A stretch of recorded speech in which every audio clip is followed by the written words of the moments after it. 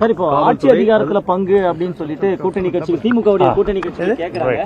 இருந்தாலும் தொடர்ச்சியா இப்போ அமைச்சர்கள் சொல்லியிருந்தாலும் பரவாயில்ல, முதல்வரே சொல்றாரு நாங்க கொடுக்க மாட்டோம், தமிழகத்துல சாத்தியம் இல்லை அப்படிங்கிறாங்க. இந்த போக்கை எப்படி பாக்குறீங்க? இன்னும் முதலமைச்சர் அவங்களுடைய தந்தை கலைஞர் கருணாநிதியுடைய 2016 தேர்தல் மாதிரி நினைச்சிட்டு இருக்காரு. அரசியல் சூழல் 2016க்கு அப்புறம் 2021க்கு அப்புறம் மாறி இருக்கு. முக்கியமா தமிழக வெற்றி கழகம் தலைவர் விஜய் அவர்கள் ஆரம்பித்த பிறகு இன்னைக்கு இருக்க அரசியல் சூழல் என்னன்னா, கிட்டத்தட்ட பொதுவா அம்மா ஜெயலலிதா அம்மா இருக்கிற வரைக்கும், கலைஞர் கருணாநிதி அவர்கள் இருக்கிற வரைக்கும் ரெண்டு கட்சியும் சேர்ந்து சுமார் 70-75% ஓட் பேங்க் எப்பயுமே ஹோல்ட் பண்ணுவாங்க. குறிப்பா அம்மா ஜெயலலிதா அம்மா 41% 2016ல ஹோல்ட் பண்ணாங்க, மக்களோட செல்வாக்கு எடுத்தாங்க.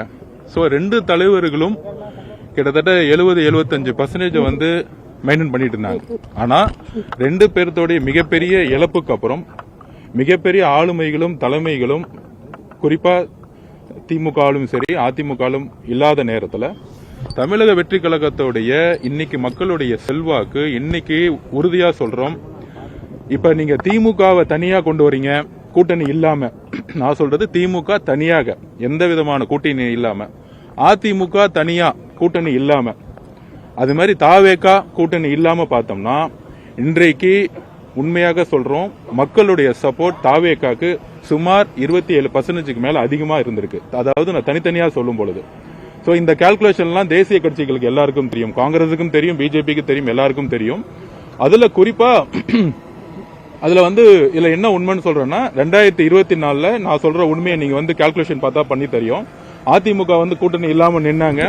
கூட்டணி இல்லாம நிக்காத போது 20% மேல அவங்களால ஸ்ட்ரகிள் பண்ணாங்க. சோ கூட்டணி இல்லைன்னா மிகப்பெரிய ஆளுமைகள் அம்மா இல்லாத நேரத்துல 40% 20% ஆயிருச்சு. இதுதான் நிதர்சன உண்மை. அதே மாதிரி திமுகவுக்கும் கூட்டணி கட்சிகள் காங்கிரஸோ விசிகா இல்ல கம்யூனிஸ்ட் காரங்க இல்ல முஸ்லீம் லீக் கட்சிகள் இல்லன்னா அவங்களுடைய உண்மையான ஓட் பேங்க் என்னன்னா 22% மேல கிடையாது. ஏன்னா தாவேகா இன்னைக்கு குறைந்தபட்சம் 27% கிராஸ் பண்ணிருக்கும் தனியாக. சோ இதோடைய உண்மைகள் முதலமைச்சருக்கு தெரியும், அவங்களுக்கும் டேட்டா தெரியும், அவங்களுடைய நிறுவனங்களும் ஒரு டேட்டா கொடுத்திருப்பாங்க. அவரு ஆட்சியிலும் பங்கு அதிகாரத்துல பங்கு ஏன் இல்லைன்னு சொன்னா, இப்ப அவங்களுடைய அடிக்கிறக்கூடிய கொள்ளைகள் ஊழல்கள், கட்சியில ஊழல்கள் ஒரு அமைச்சரவையில காங்கிரஸ்காரங்களோ காங்கிரஸோட அமைச்சர்களோ இல்ல விசிகேவோட அமைச்சர்களோ கம்யூனிஸ்ட் அமைச்சர்களோ இருந்தாங்கன்னா அவங்களுடைய செய்யக்கூடிய ஊழல் அமைச்சரவையில வேற கட்சியில இருந்தாங்கன்னா அவங்க செய்யக்கூடிய ஊழல்களை கொஸ்டின் கேட்பாங்க. சோ அதனால அவர் ஆட்சியிலும் பங்கு தமிழ்நாட்டுக்கு ஒத்து வராதுன்னு நினைக்கிறார். 2004ல கலைஞர் அவர்கள் வெறும் 15 எம்பியை வச்சுக்கிட்டு 8 மினிஸ்டர் தேசிய கட்சிகளை பேரம் பேசி வாங்கும் பொழுது இன்னைக்கு மொத்தமே திமுக 22% வச்சுக்கிட்டு எங்களுக்கு 40% 45% இந்த கூட்டணினால உருவாக்கி அங்க இருக்கக்கூடிய காங்கிரஸுக்கோ இல்ல அங்க இருக்கக்கூடிய விசிகேக்கோ இல்ல அங்க இருக்க கம்யூனிஸ்ட் கட்சிகளுக்கோ ஒரு அமைச்சரவையில பங்கெடுத்து கொடுக்க முடியாதது ஒரு ஈக்குவாலிட்டி கிடையாது, சமூக நீதி கிடையாது. இதுதான் நாங்க பண்ணையாத்தனம்னு சொல்றோம். எங்களால 234 தொகுதியிலும் தனியாக நின்று நாங்கள் வெற்றி பெறோம். எங்க தலைவர் சொல்ற மாதிரி முடிந்தால் தைரியம் இருந்தால் மாண்புமிகு முதலமைச்சர் மு.க. ஸ்டாலின் அவர்கள் 2014 அம்மா சொன்ன மாதிரி நாங்க தனியா 234 தொகுதியிலும் உதயசூரியனை நின்று நாங்க ஜெயிச்சுக்காம தைரியம் இருந்தா ஒரு மேடையில சொல்லுங்க. அப்ப அவங்களுக்கு ஆதரவு இருக்கா இல்லையாங்கிறது தமிழக மக்களுக்கு தெரியும். திமுகவுக்கு ஆதரவு பலம் இழந்து விட்டது. 22% மேல ஓட் பேங்க் கிடையாது. அதனாலதான் காங்கிரஸ் இருக்கக்கூடிய தலைவர்கள் 50 வருஷம் கழிச்சு எங்களுக்கு ஆட்சியில பங்கு வேணும், அமைச்சரவையில பங்கு வேணும் கேட்கிறாங்க. பிகாஸ் ஆஃப் திமுகவுடைய வலு சுத்தமா இல்ல. இன்னைக்கு ராஜகண்ணப்பல இருந்து எல்லாரும் காங்கிரஸுக்கு எதிராக பேச ஆரம்பிச்சிட்டாங்க. இதுல இருந்தே தெரியுது அவங்களுடைய கூட்டணி கிரவுண்ட்ல உள்ள தொண்டர்கள் இந்த கூட்டணிக்கு எதிராக திரும்பிட்டாங்க. தமிழக மக்கள் இது கூடிய சீக்கிரத்துல மாப்பாங்க. இது ஒரு பொருந்தாத கூட்டணி தெரியும். இது குறித்து செல்வ பெருந்தகை அவர்களிடம் கேட்ட போது இது திமுக காங்கிரஸ் உடைய கூட்டணியில பிளவு ஏற்பட வாய்ப்பே கிடையாது அப்படின்ற மாதிரி சிஎம் அவர்கள் தெரிவிச்ச அந்த கருத்துக்கு சேர்த்து சொல்லியிருக்காரு. அதாவது காங்கிரஸ்ல எவ்வளவு முரண்பாடுகள் இருப்பாங்க. செல்வ பெருந்தகை ஒன்னு சொல்றாரு, மாணிக் தாகூர் சார் ஒன்னு சொல்றாரு, அங்க இருக்க கிரி சார் ஒன்னு சொல்றாரு. நாங்கெல்லாம் ரொம்ப வருத்தத்துல இருக்கோம், ரொம்ப வருத்தத்திலையும் we are very very in sad சொல்றாரு. நாங்க அதாவது ரொம்ப சோதனையில இருக்கோங்கிறாங்க. ஒரு கூட்டணி கிடைச்சதுன்னா we are in sadனா என்னன்னா முதலமைச்சர் புரியுதா இல்லையான்னு தெரியல. நாங்கள் சோகமாகவும் வலியோடு இருந்துட்டு இருக்கோம். இந்த கூட்டணிங்கிறது டெல்லியில உட்கார்ந்துகிட்டு ராகுல் காந்தி ஐயா மீட்டிங் முடிஞ்ச உடனே இன்சார்ஜ் சொல்றாரு. இதுல இருந்தே தெரியுது இந்த கூட்டணி எந்த அளவுக்கு ஃபிட் ஆகல. ஃபிட்டாவில் எந்த அளவுக்கு திமுகவுடைய இன்னைக்கு மக்கள்கிட்ட வலுவிழந்ததுனாலதான் இவ்வளவு பெரிய பிரச்சனைகள் வந்துட்டு. சார், தாவேக தலைவர் விஜயும் ராகுல் காந்தியும் தமிழகத்துல ஒன்றோடு பிரச்சாரம் செய்யறதுக்கான வாய்ப்புகள் இருக்கா? அதுக்கான சூழல் அமையும் நினைக்கிறீங்களா? ஹைப்பத்திக்கலா நீங்க கொஸ்டின் கேட்கறதுக்கு பண்ண முடியாது. முதல்ல வந்து கூட்டணி கட்சிக்கு மரியாதை கொடுத்து அறிவாலயம் கேட்டுக்கு வெளியே நிக்க வைக்கிறாங்க. அவங்கள அறிவாலயத்துக்குள்ள கூட்டிட்டு போயிட்டு சரிசமமா உட்காந்து பேச சொல்லுங்க. அதுக்கப்புறம் பேச்சுவார்த்தாங்க என்ன நடக்குதுன்னு பாத்துட்டு அதுக்கப்புறம் என்னன்னு சொல்லுங்க. 22 தள்ளி வச்சுக்க என்ன காரணம்? இல்ல கண்டிப்பா முழு ஒத்துழைப்பு கண்டிப்பா கண்டுட்டு இருக்காங்க. எங்க மாவட்ட செயலாளர் இருக்கிறார், பொதுச் செயலாளர் இருக்கிறார்கள். கடிதம் கொடுக்கப்பட்டிருக்கிறது. ஒரு நிமிஷம் கேளுங்க. கடிதம் கொடுக்கப்பட்டிருக்கிறது. காவல்துறையுடைய பொறுப்பு முழு பாதுகாப்பு அளிக்க வேண்டிய கடமை அவர்களுக்கு இருக்கிறது. ஆளும் கட்சி நாளை ஆள போற கட்சிக்கு முழுமையாக பாதுகாப்பதிலே தடை இருக்காது என்று நான் கருதுகிறேன். சார், இப்ப குறிப்பா ஆட்சியிலும் பங்கு அதிகாரத்திலும் பங்கு அப்படின்ற கருத்தை தெரிவிக்கிறத விட திமுக காங்கிரஸ் கூட்டணி வந்து அந்த கூட்டணி அவங்களுக்கு வந்து அந்த ஆட்சியிலும் பங்கு அதிகாரத்திலும் பங்கு இல்ல அப்படிங்கறதுலதான் தாவேகா வந்து அவங்களுடைய கருத்தை தெரிவிக்கிறாங்க அப்படின்ற மாதிரி இருக்கு. காங்கிரஸ் அழைக்கிறீங்களா சார்? தாவேகா வந்து அழைக்கிறா இல்ல, அதுதான் சொன்னேன். ஒரு திமுக வந்து இந்தியா கூட்டணி வலுவா இருக்குங்கிறாங்க. அதாவது ஒரே ஒரு எக்ஸாம்பிள் சொல்லிடுறேன். 40 தொகுதியை ஷேர் பண்ணாங்கல்ல 2024 எப்படி ஷேர் பண்ணாங்க? 22 தொகுதி வந்து திமுக தான் நின்னாங்க. 28 தொகுதி 30 தொகுதி நிக்கலையே. 22 தொகுதி நின்னாங்க. 10 தொகுதியை காங்கிரஸ் பிரிச்சு கொடுத்தாங்க. மித்தவங்க 2 தொகுதி பிரிச்சு கொடுத்தாங்க. அதுபடி எம்எல்ஏ கால்குலேஷன் பண்ணுங்களேன். அப்படின்னா திமுக எவ்வளவு நிக்கிறது தகுதி இருக்கு? ஒரு எம்பி தேர்தலில் திமுக நிற்கக்கூடிய தகுதி என்னன்னா 132 தொகுதி தான். 332 தொகுதி தான். காங்கிரஸ் 10 தொகுதியில வந்து நின்று ஜெயிச்சிருக்காங்க. அப்ப அந்த காங்கிரஸ் 10 தொகுதியில 6 தொகுதினா 60 தொகுதி நிக்கிறது ஜெயிக்க கிடையாது. எம்பி தொகுதியில 6, ஒரு தொகுதிக்கு ஒரு பாராளுமன்ற தொகுதிக்கு 6னா 60 தொகுதி நிக்கிறதுக்கு அவங்களுக்கு வெற்றி வாய்ப்பு பலமா இருக்கு. அவங்க சொல்ற மாதிரி 200 தொகுதி வந்து அவங்க ஜெயிப்பாங்கன்னா ஏன் காங்கிரஸ் 25ஓட சுருக்குறாங்க? இதுதான் பண்ணையாரத்தனம்.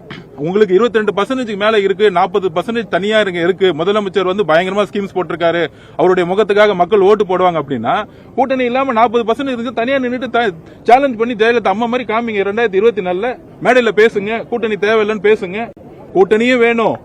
அவங்களுடைய ஓட் பேங்க் எடுத்துட்டு நீங்க 188 தொகுதி நிப்பீங்க. அந்த 188 தொகுதியில காங்கிரஸ் உழைக்கணும், விசிகே உழைக்கணும், கம்யூனிஸ்ட் எல்லாம் உழைக்கணும். ஆனா நீங்க மிக பெரும்பான்மை கட்சி பெற்ற பிறகு ஒரு மினிஸ்ட்ரி கொடுக்க மாட்டீங்க, அவங்களுக்கு மரியாதை கொடுக்க மாட்டீங்க, மாவட்ட செயலருக்கு மரியாதை கொடுக்க மாட்டீங்க. எல்லா கான்ட்ராக்டர் எல்லா கமிஷனும் இந்த குடும்பமே எடுத்துக்கணும். அதுக்கான அடிமை அமைச்சர்களை உருவாக்கணும். அவ்வளவுதான் திமுக. சோ இதுதான் வந்து அங்க இருக்கக்கூடிய தோழமை கட்சிகள் குரல் கொடுக்கறாங்க. இதுல எங்களுக்கு ஒண்ணு இல்ல. இது வந்து நடப்பு அரசியல் நாங்க விளக்குறோம். நாங்க ரொம்ப தெளிவா 234 தொகுதிக்கான பயணத்தை நாங்க மேற்கொண்டுட்டோம். எங்களோட தலைவர் வந்து அரசியல் பிரச்சாரத்தை உருவாக்க வந்து கிளம்பிட்டாரு. நாங்க ரொம்ப உறுதியா ரொம்ப தெளிவா இருந்துகிட்டு இருக்கோம். அதனால வந்து திமுக தான் நீங்க வந்து அடுத்த கொஸ்டின் நீங்க மாண்பு முதலமைச்சரை பார்த்து உங்களுக்கு வந்து 40% ஓட் பேங்க் இல்லங்கிறாங்க, ஏன் உங்களால தனித்து நிக்க முடியும்? நீங்க பத்திரிகையாளர் அவரை பார்த்து கொஸ்டின் கேளுங்க. அதே மாதிரி அந்த பாரிமுனையில ஒரு சம்பவம் ஏற்பட்டது. தாவேகா வந்து சர்வே எடுக்க போனவங்க அதுக்கு வந்து அமைச்சர் சேகர்பாபு என்ன சொன்னாங்க அப்படின்னா, அது திமுக தாவேகா இடையே நடைபெற்ற தாக்குதல் கிடையாது, தாவேகா பொதுமக்கள் இடையே நடைபெற்ற தாக்கல். பொதுமக்களை வந்து தாவேக்கானர் வந்து அடி வயிற்றிலையும் மார்பு பகுதியில எட்டி வச்சனால அவங்க மருத்துவமனையில் அனுமதிக்கப்பட்டாங்க அப்படின்ற மாதிரி ஒரு கருத்து. அதாவது தாவேகா வந்து ரவுடிசம் பண்ணுதுன்னு சேகர்பாபு சொல்றாரு பாத்தீங்களா? இது மேல ஒரு பெரிய நகைச்சுவையோ இல்ல தமிழக மக்களுக்கு தெரியும். அங்கங்க ஒரு ரவுடிசம் உருவாக்கி இருக்காங்க. அங்க செந்தில் பாலாஜி, இங்க சேகர் பாபு. இதெல்லாம் தேர்தல் நேரத்துல எங்களுடைய தோழர்கள் ரொம்ப அமைதியான முறையில, அதுவும் பாத்தீங்கன்னா எங்களுக்கான ஒரு நீதி வேணும்னா, ஒரு 4 மாசம் ஒரு கர்ப்பிணி தங்கை அவங்க வந்து வீடு வீடா போய் ஒரு சின்ன பேப்பர் கொடுத்து உங்களுக்கு வந்து தாவேகா வந்து பிடிக்குமா, உங்களுக்கு நீங்க வந்து ஓட்டு போடுவீங்க கூட கொடுக்கல, உங்களுக்கு வேற என்னென்ன பிரச்சனை இருக்கு இந்த தொகுதியில ஜஸ்ட் கேட்டிருக்காங்க. உடனே வந்து இந்த வட்டத்துல இருந்து நீங்க மாறி வேற வட்டம் வந்துருவான்னு சொல்லிட்டு பிரச்சனை இருப்பா. அதுக்கான காணொலி நீங்க வந்து சோசியல் மீடியாலே பாத்திருப்பீங்க, டிவிலையும் காமிச்சு பாத்திருப்பாங்க, யார் வந்து அடிச்சாங்க, எந்த வட்டத்துல இருந்து அடிச்சாங்கன்னு. இதை வந்து உண்மையா மறைக்கிறதுக்கு ஒரு நாடக நடிகள் ஒரு 3 பேரை போய் அங்க அட்மிட் பண்ணிட்டு சேகர் பாபு அவர்கள் சொல்றாரு இந்த மாதிரி வந்து அவங்க வந்து அடிச்சுட்டாங்கன்னு. சோ இதுதான் வட சென்னையில எப்பயுமே திமுக பரவக்கூடிய வெற்றி என்னன்னா, எப்பயுமே இந்த ரவுடிசத்தை வச்சு மிரட்டியே வந்து இது வரைக்கும் ஜெயிச்சிட்டு இருந்தாங்க. எங்க தலைவருடைய ஆதரவும் சரி, எங்க தலைவருடைய மக்கள் ஆதரவும் சரி மிகப்பெரிய ஒரு ஆதரவை கொடுத்திருக்கு. அவங்க என்னதான் அடிச்சாலும் நாங்க அகிம்சை முறையில திருப்பி வீட்டுக்கு போவோம். தமிழக மக்கள் பார்த்துட்டே இருக்காங்க. ஹைகோர்ட்ல அப்பீல் பண்ணிருக்கோம், எஃப்ஐஆர் ஃபைல் பண்ண சொல்லியிருக்கோம். கண்டிப்பா யாரு தாக்குனாங்களோ அவங்க மேல வந்து நாங்க எஃப்ஐஆர் பதிவு பண்றதுக்கான வேலையில் இறங்குவோம். அதுதான் சொல்றேன். முதல் அறிவாலயம் கேட்ல கிரீஷ் அவர்களை நிக்க வச்சுக்கிட்டே இருக்கிறாங்க. எப்ப 3 மாசமா நிக்க வச்சிருக்காங்க. அவங்களுக்கான மரியாதை இல்ல ராகுல் காந்தி சார் மேல மரியாதை இருந்தா அறிவாலயம் கேட்டை ஓபன் பண்ணி முதல்ல சரிக்கு சமமா அவர் வந்து உட்கார்ந்து பேசி என்ன முடிவு எடுக்கட்டும், அதுக்கப்புறம் நம்ம வந்து பேசுவோம்.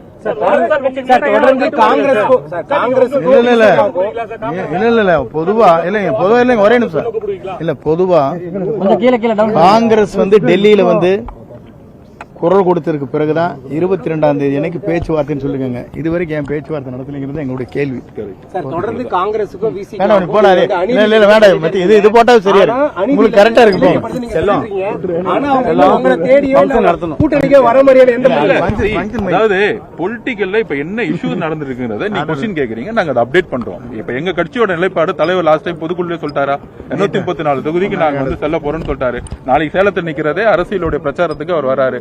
நாங்க தெளிவா இருக்கும். நீங்க எப்பயுமே சொல்லுவீங்களே திமுக வந்து கூட்டணி வலுவா இருக்குன்னு, அந்த வலுங்கிறது வலு விளந்து எப்பயுமே சொல்லுவாங்களே, ஒரு பெரிய புயல் வருது வலு விளந்துச்சு சொல்லுவாங்களே, அந்த வலு விளந்ததுதான் திமுக. அதனால எல்லா புயலுங்களும் முடிஞ்சிருச்சு. ஒரே புயல் எங்களுடைய தலைவர் விஜய் அவர்கள் தான். அதனால முடிஞ்சிருச்சு, திமுகவுடைய கூட்டணியும் முடிஞ்சிருச்சு. அவ்வளவுதான். அது இல்லாம ஒன்னே ஒண்ணு பதிவு பண்ணிக்கிறேன். 22ஆம் தேதி தூக்கி போட்டிருக்காங்க. 22ஆம் தேதிக்கு தூக்கி போடுறாங்க, அதையும் நான் பதிவு பண்ணிடுறேன். இந்த கூட்டணி எல்லாம் 22ஆம் தேதி கூப்பிடுவாங்க, அப்புறம் திருப்பி வந்து ஒரு வாரம் கழிச்சு கூப்பிடுவாங்க. அது வரைக்கும் நம்பர் முடிவு பண்ண மாட்டாங்க, தொகுதி முடிவு பண்ண மாட்டாங்க. நோட்டிபிகேஷன் 5ஆம் தேதி வரும்.